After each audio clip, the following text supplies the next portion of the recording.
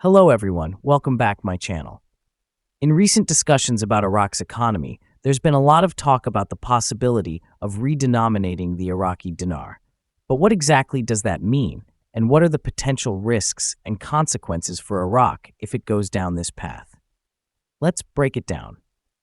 Imagine Iraq decides to follow in Turkey's footsteps and redenominate its currency. This process essentially involves adjusting the nominal value of the currency to combat hyperinflation or to simplify transactions. For example, Turkey redenominated its lira back in 2005, cutting 6 zeros off the currency to create what is now known as the new Turkish lira. It was a bold move that aimed to stabilize the currency and restore confidence in the Turkish economy. For Turkey, this move was part of a broader economic reform package that eventually helped it to stabilize and grow. However, the situation in Iraq is different and much more complicated. If Iraq decides to redenominate its currency, the intention would be to strengthen the dinar's value, simplify transactions, and potentially attract more foreign investment. The goal would be to create a more stable economic environment and restore confidence in the Iraqi economy. On paper, it might sound like a viable solution to Iraq's ongoing economic challenges, but the reality is far more complex. One of the biggest risks is that redenomination could backfire, leaving Iraq in a worse position than before. If the redenomination fails to achieve its intended effects, Iraq could find itself in a situation where the dinar still lacks value and credibility on the international stage.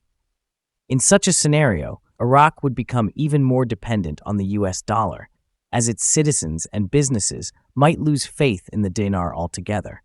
This dependence on the dollar would mean that Iraq would have very little control over its own economy. Essentially, it would be at the mercy of US monetary policy, which could have severe implications for Iraq's sovereignty and economic stability. Moreover, if redenomination does not work, Iraq would struggle to attract foreign investors, and the local population could face increased economic hardships. With a weak currency, the cost of imports would rise, leading to higher prices for everyday goods and services.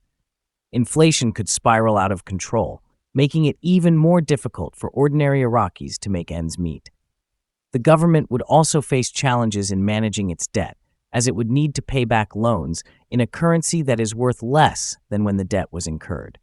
In the worst-case scenario, Iraq could find itself in a downward economic spiral with no easy way out. The failure of the redenomination could lead to a loss of confidence in the government and its ability to manage the economy.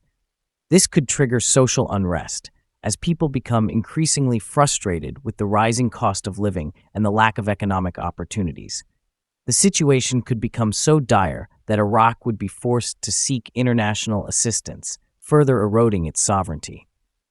In conclusion, while redenomination might seem like a potential solution to Iraq's economic woes, it is fraught with risks. If it fails, Iraq could find itself in an even more precarious position, with increased dependence on the US dollar and diminished control over its own economy.